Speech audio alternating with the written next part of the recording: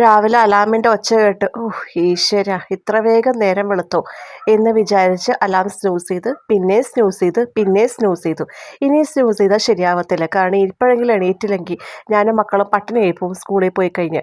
അത് കാരണം പിന്നെ എണീറ്റായിട്ട് ഇന്നലെ തന്നെ തിളപ്പിച്ച് വെച്ചിരുന്ന ചോറ് അരി ഒന്നുകൂടെ തിളപ്പിച്ചായിട്ട് ഊറ്റണം.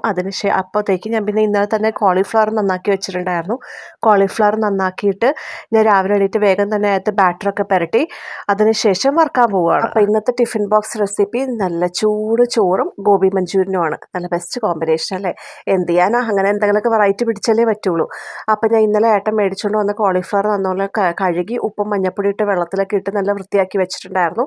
രാവിലെ എണീറ്റ് കുറച്ച് തണുപ്പ് മാറിക്കഴിയത്തേക്ക് അതിലേക്ക് ബാറ്റർ പുരട്ടിക്കായിട്ടാണ് വറുക്കാൻ വെക്കുന്നത്.